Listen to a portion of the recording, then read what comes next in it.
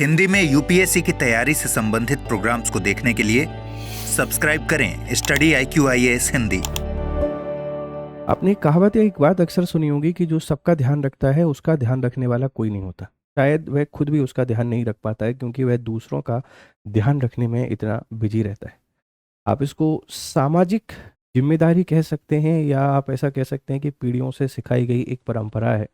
और उस परंपरा में एक वर्ग ऐसा है, इसको हमेशा सिखाया गया है कि आपको दूसरों का ज़्यादा ध्यान रखना है, दूसरों के हितों का ज़्यादा ध्यान रखना है, लोगों के सोने के बाद सोना है, लोगों के जागने से पहले जागना है, जब सब खा लें उसके बाद खाना खाना है, जब सब चाय पी लें फिर आपने चाय पीना है। पूरे टाइम सुबह से लेकर शाम रात दिन अपने आप को निछावर कर देना है बिना किसी स्वार्थ के। जब छोटे होते हैं तो अपने पेरेंट्स के लिए कि बच फादर को प्राउड फील हो कि हमारा गुड़िया ऐसा कुछ कर लेती है। आफ्टर मैरिज एक बहुत अच्छी बहू बनने के लिए, एक बहुत अच्छी पत्नी बनने के लिए, आफ्टर दी बच्चे एक बहुत अच्छी माँ बनने के लिए, और एक एक पर्टिकुलर टाइम के बाद एक बहुत अच्छी सामाजिक जिम्मेदार महिला बनने के चक्कर में महिलाएं अक्सर खुद का ही ध्यान रखना भूल जाती हैं। अभी के समय में भारतीय महिलाओं में एक बहुत बड़ा बढ़ता हुआ खतरा है। ऐसा नहीं है कि ये अभी के समय में ही बढ़ा, ये खतरा पहले से। हालांकि पहले सामाजिक ताने बाने ऐसे थे कि स्वास्थ्य की पहुंच बहुत दूर थी महिलाओं से, तो आइडेंटिफाई नहीं हो पाता था कि एक्चुअल में हुआ क्या है। अब थोड़ा सा हेल्थ इंफ्रा हमारा सुधरा है, थोड़ा ही सुधरा है, बहुत ज़्यादा नहीं सुधरा है। उससे हम आइडेंटिफाई कर पा रहे हैं कि जो महिलाएं हैं इनमें ब्रीस्ट कैंसर का खतरा बहुत बढ़ चुका है। क्यों बढ़ा है, इसके पीछे की वजह को समझने की कोशिश करेंगे। लेकिन एक बात ध्यान रखिए, आप अगर महिला हैं, आप अगर एक स्त्री हैं, अगर एक नारी हैं, तो एक बात ध्यान रखिए, आप सबका ध्यान तब रख पाएंगे जब आप खुद स्वस्थ रहेंगे। कहते हैं ना कि स्वस्थ शरीर में ही स्वस्थ मस्तिष्क का वास होता है। तो आप जब सही रहेंगे तो दूसरों का ध्यान रख पाएंगे। इसलिए कोशिश कीजिए कि आप अपनी केयर पहले करें। बहुत सिंपल चीज़ें आपको करनी है, बहुत सिंपल चीज़ें क्या करना है उस पर भी चर्चा करेंगे। आप इस रिपोर्ट को देख लीजिए, बहुत डरावने आंकड़े हमारे सामने आते हैं। ठीक है, breast cancer cases in India have more than doubled in 3 decades। जो 3 दशक हैं, इन 3 दशक के सीधे डबल आपके पास केसेस हो चुके हैं। और ये एक बहुत भयानक स्थिति है, एक बहुत ही भयावह स्थिति है। जब भी हम लोग आपसे बात करते हैं ब्रीस्ट कैंसर को लेकर, तो देखो अक्सर हमारी सोसाइटी इन इश्यूज पे बात नहीं करना चाहती। जैसे एक बहुत बहुत सिंपल सी चीज़ है, आपने मेंस्ट्रुअल साइकिल के बारे में सुना होगा। अक्सर उसके बारे में बात करना भी अपराध माना जाता है। ऐसे देखा जाता है कि जो बच्चियां हैं या जो महिलाएं हैं, अगर वो उस फेज से गुजर रही हैं तो वो अपराधी हैं, वो किसी तरीके की विक्टिम हैं। क्यों हैं? एक नेचुरल प्रोसेस है, एक नेचुरल फिनोमेना है। और वो उनकी गलती नहीं है कि उन्होंने एक लड़की होना चुना है या एक स्त्री होना चुना है। वो डिसाइडेड बाय द नेचर है, और ये आपकी कोई महानता नहीं है कि आपने एक पुरुष होना चुना है। सेम कहानी यहाँ पर होती है। It's not about only female, it's about also male also. हम लोग कभी भी सेक्सुअल डिसऑर्डर या सेक्सुअल वेलनेस पे बात ही नहीं करना चाहते, क्योंकि इसको सिर्फ एक ही जगह हमारे कैरेक्टर के साथ इसको एसोसिएट किया जाता है, कनेक्ट किया जाता है। लेकिन we have to we have to think about it, right.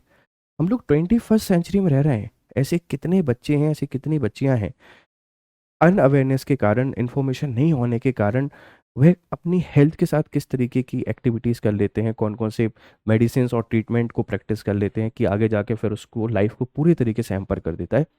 तो हमने थोड़ा सा यहाँ पे अवेयर होना है, हमने थोड़ा सा सोसाइटी को लिबरल बनाना है, थोड़ा सा इन हेल्थ और डिजीज़ के बारे में बात करनी है जिन पर आज तक यहाँ पे बात नहीं हो पाई है। ब्रीस्ट कैंसर के केसेस डबल हुए। अब एक सवाल आपके मन में चल रहा होगा, sir what is breast cancer.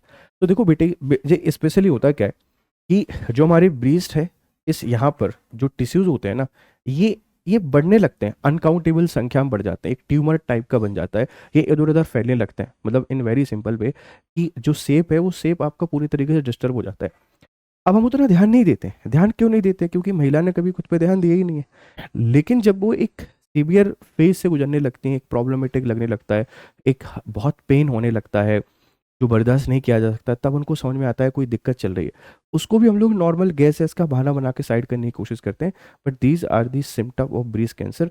Specially जब आप गेज बढ़ने लगती है आफ्टर दी 45, ये बहुत ज़्यादा प्रोन हो जाता है, क्योंकि हमारी लाइफ तब तक बहुत इम्बैलेंस हो जाती है। हर चीज़ के पीछे बहुत बड़ी सिंपल सी वजह, आप अपना ख्याल नहीं रखते हैं, हम एक्सरसाइज नहीं करते हैं, हम प्रॉपर फूड नहीं लेते हैं, हम प्रॉपर डाइट को फॉलो नहीं करते हैं, हमारी जो स्लीप है वो स्लीप टाइमली नहीं हो पाता है, हम डाइट को फॉलो नहीं कर रहे हैं, these are the lots of thing जो हमको कहीं ना कहीं डिस्टर्ब कर रहे होते हैं, परेशान कर रहे होते हैं। तो उसके कारण ये सारी की सारी चीज़ें बिगड़ी हुई हैं, लेकिन हमको ना इनको ट्रैक पे लाना पड़ेगा। ठीक है, चलिए अब पूरी कहानी समझते हैं, फिर आपको बाद में बताएंगे। हालांकि आगे बढ़ने से पहले एक इम्पॉर्टेंट अपडेट है। भारत में स्तन कैंसर इलाज खाई को बांटना। Saint Gallen international breast cancer conference Kolkata से प्रमुख निष्कर्ष और समाधान। एक कॉन्फ्रेंस हुई, ये कलकत्ता में हुई, वहाँ पे जो निष्कर्ष निकली उनको समझने की कोशिश करेंगे। उससे पहले आप ये देखिए, आप अगर यूपीएससी की तैयारी कर रहे हैं तो हमारा ये 2027 के लिए एक सामान्य दिन P2I बैच है, जो 10,999 में आपको मिल जाएगा GRS लाइव कोड के थ्रू, और ये 7 मार्च से यानी आज से इसकी शुरुआत हो रही है। ये निर्माण आपका बैच है, ठीक है, निर्माण आपका बैच है, ये इंग्लिश और हिंदी और इंग्लिश में, ये 7 मार्च से इसकी शुरुआत हो रही है। GRS लाइव के साथ आपको 27,999 मिल जाएगा। आप इन कोर्सेज में एनरोल कर सकते हैं और बेहतर तरीके से पढ़ाई कर सकते हैं। चलो भाई, अब समझते हैं पूरी कहानी को। कहानी क्या कहती है, देखो, 3 दशकों में मामले दोगुने से अधिक। जैसे 1990 की बात करें तो 13 केसेस हमको देखने को मिलते थे प्रति 1 लाख महिलाएं। जो महिलाएं हैं इनमें हम अक्सर जो केसेस को यहाँ पे आइडेंटिफाई कर रहे होते हैं या किसी भी इश्यूज को यहाँ पे मेजर कर रहे होते हैं, तो 1 लाख एक आइडियल हमने नंबर इस पर माना हुआ है, इस पर ही देखा जाता है। और 2023 की अगर आपसे कोई बात करता है तो ऑलमोस्ट ये 29.4 हो गया है। मतलब आप इसको देखेंगे, ये डबल नहीं हुआ है, ये अगर देखा जाए तो ये 2.5 के अप्रॉक्स हो गया है। मतलब 2.5 गुना जो संख्या है वो बढ़ गई है 1990 से। अब देखो, इसके पीछे एक जो फैक्टर है, जैसे जो 0.5% जो गुना बढ़ा है ना, इसमें जो फैक्टर है बेटा वो है हेल्थ अवेयरनेस के कारण। कि पहले हमारे पास जो हेल्थ अवेयरनेस है ये काफ़ी कम रहती थी, अब हेल्थ अवेयरनेस बढ़ गई है तो हम थोड़ा सा चेकअप वगैरह कराने लगे हैं, और चेकअप वगैरह कराने लगे हैं तो इससे हमको आइडेंटिफाई होने लगा है कि कोई दिक्कत है, कोई परेशानी यहाँ पे आ गई है। बेहतर स्क्रीनिंग के साथ साथ मामले तेजी से बढ़ रहे हैं। मतलब बड़े हुए केसेस ऐसा नहीं कि अभी हैं, पहले से हैं, पहले आइडेंटिफाई नहीं हो पाते थे, स्क्रीनिंग नहीं हो पाती थी तो पता नहीं चल पा रहा था। हाँ, लेकिन एक रियलिटी है कि पहले के कंपैरिजन में बड़े जरूर हैं, बड़े जरूर हैं। जबकि हम एजुकेटेड अब ज़्यादा हैं, लिटरेट अब ज़्यादा हैं, हमारे पास फैसिलिटीज़ अब ज़्यादा हैं, हम अपनी केयर पहले से ज़्यादा करने लगे हैं, लेकिन फिर भी केसेस बढ़ रहे हैं। क्यों बढ़ रहे हैं, उसके पीछे की वजह भी आपसे चर्चा करेंगे। ठीक है, तो ये आंकड़ा आप लोग ध्यान रख लीजिए, प्रीलिम्स मेंस में कहीं भी आपको काम आ सकता है। आंकड़ों से आगे, वृद्धि के मुख्य कारण क्या है, क्या मेन कॉजेज आपको यहाँ पे देखने को मिलते हैं। जब भी हम मेन कॉजेज की बात करते हैं, मेन कॉजेज क्या है, देखो, सबसे जो खतरनाक चीज़ है वो ये है कि गतिहीन दिनचर्या। मतलब हमारी जो लाइफ स्टाइल है, ये लाइफ स्टाइल पूरे तरीके से थम गई है, ये गतिहीन हो गई है। जैसे अगर मैं आपसे शहरीकरण की यहाँ पे बात करूँ, शहरी जीवन की बात करूँ, अर्बन लाइफ की आपसे बात करें तो अर्बन लाइफ बढ़ गई है, ठीक है, या रूरल लाइफ की बात करें, पहले फीमेल्स को ना बहुत सारे काम करने होते थे। हमारे हाउस होल्ड के जो ढेर सारे काम हैं ये सारे के सारे फीमेल्स करती थी।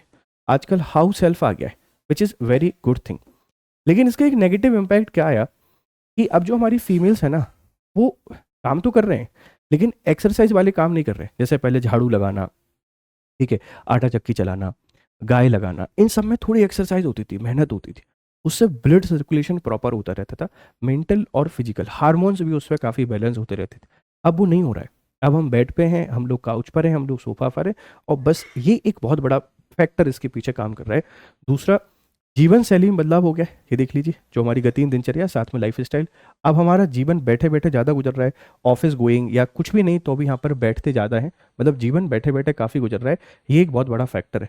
जब आप एक्सरसाइज नहीं करेंगे, जब आप फिजिकली एक्टिव नहीं रहेंगे तो आपको दिक्कतों का सामना करना पड़ेगा।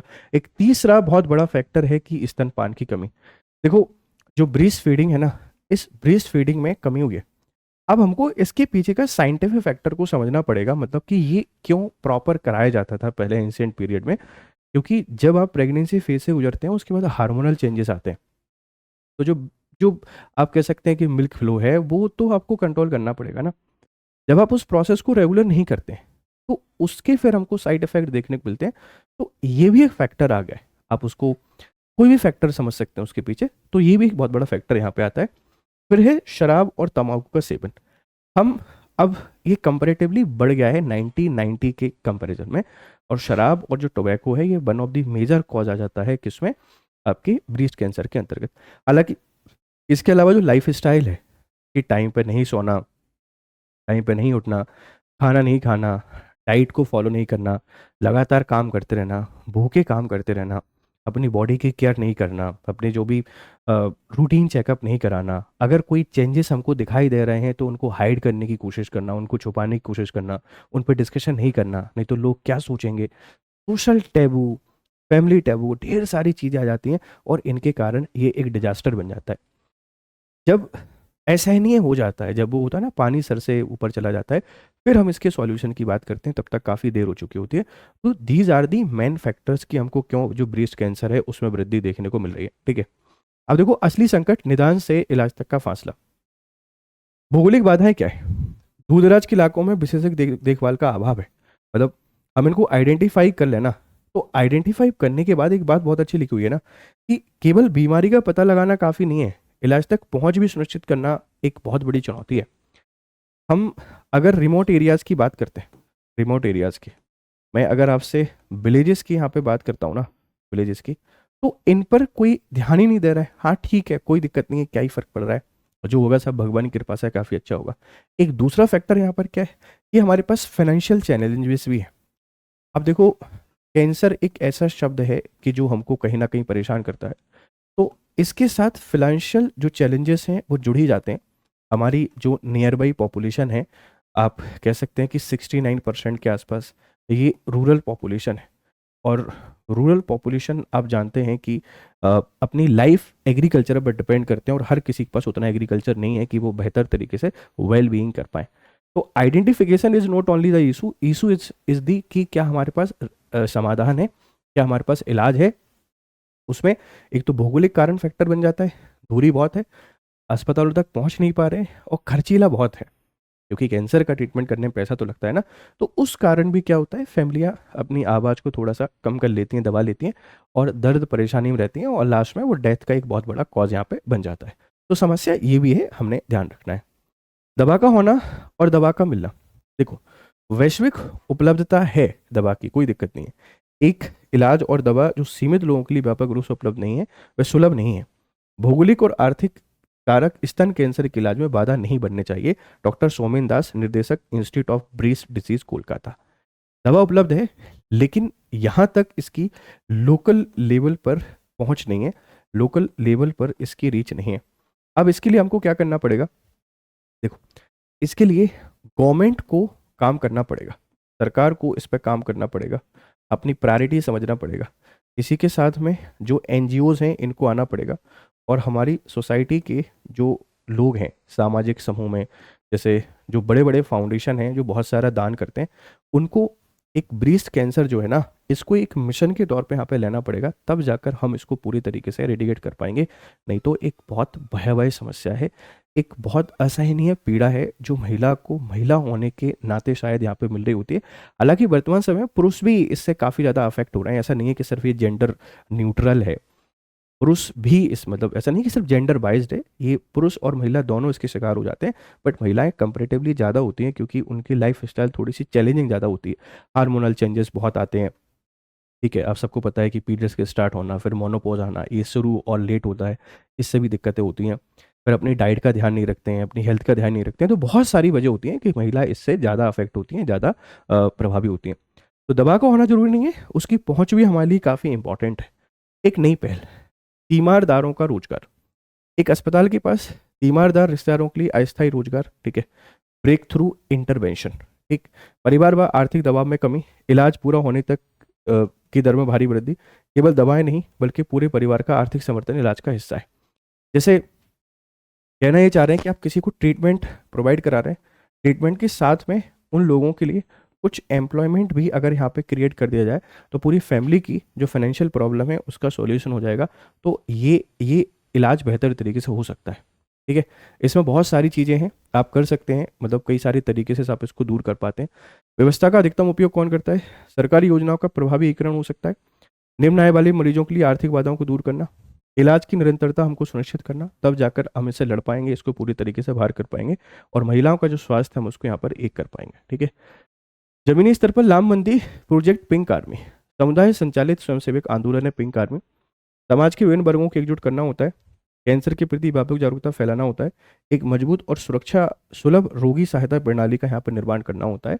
और ठीक है, कोलकाता में 100+ वैज्ञानिक शोध हो रहे हैं, 30+ अनुसंधान प्रस्ताव है, 5 युवा अन्वेषक बयाना 2027 के यहाँ पर चयनित किए गए।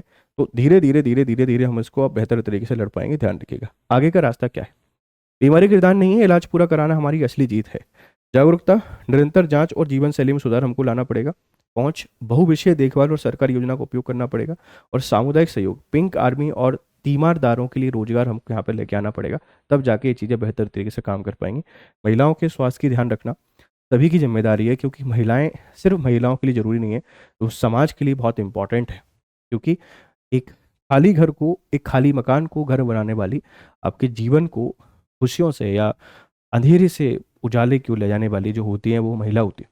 आप उसको कैसे भी देख सकते हैं, माँ के तौर पर देख सकते हैं, अपनी पत्नी, अपने पार्टनर के तौर पर देख सकते हैं, अपनी बेटी, डॉटर, अपनी बहू, अपनी बहन, कैसे भी देख सकते हैं। इसलिए आप बहुत ज़रूरी है समाज के लिए। अब हमारा दायित्व बनता है कि हम उसकी रक्षा के लिए आगे आएँ और अवेयरनेस लेकर आएँ। अगर कहीं कोई प्रॉब्लम लग रही है तो इन पर थोड़ी सी बात करें, समझाएं और बेहतर ट्रीटमेंट उनको यहाँ पे उपलब्ध कराया जाए। आप मुझसे जुड़ना चाहते हैं तो मेरा टेलीग्राम चैनल है, यहाँ पर आ जाइए, यहाँ आपको PDF मिल जाएगा। इसी के साथ में ये हमारे बैचेस में आप एनरोल कर सकते हैं। मिलते हैं फिर आपसे क्लासेस में, तब तक खुश रहें, मस्त रहें। Have nice time, good day. Hindi में UPSC की तैयारी से संबंधित प्रोग्राम्स को देखने के लिए सब्सक्राइब करें स्टडी IQ IAS हिंदी।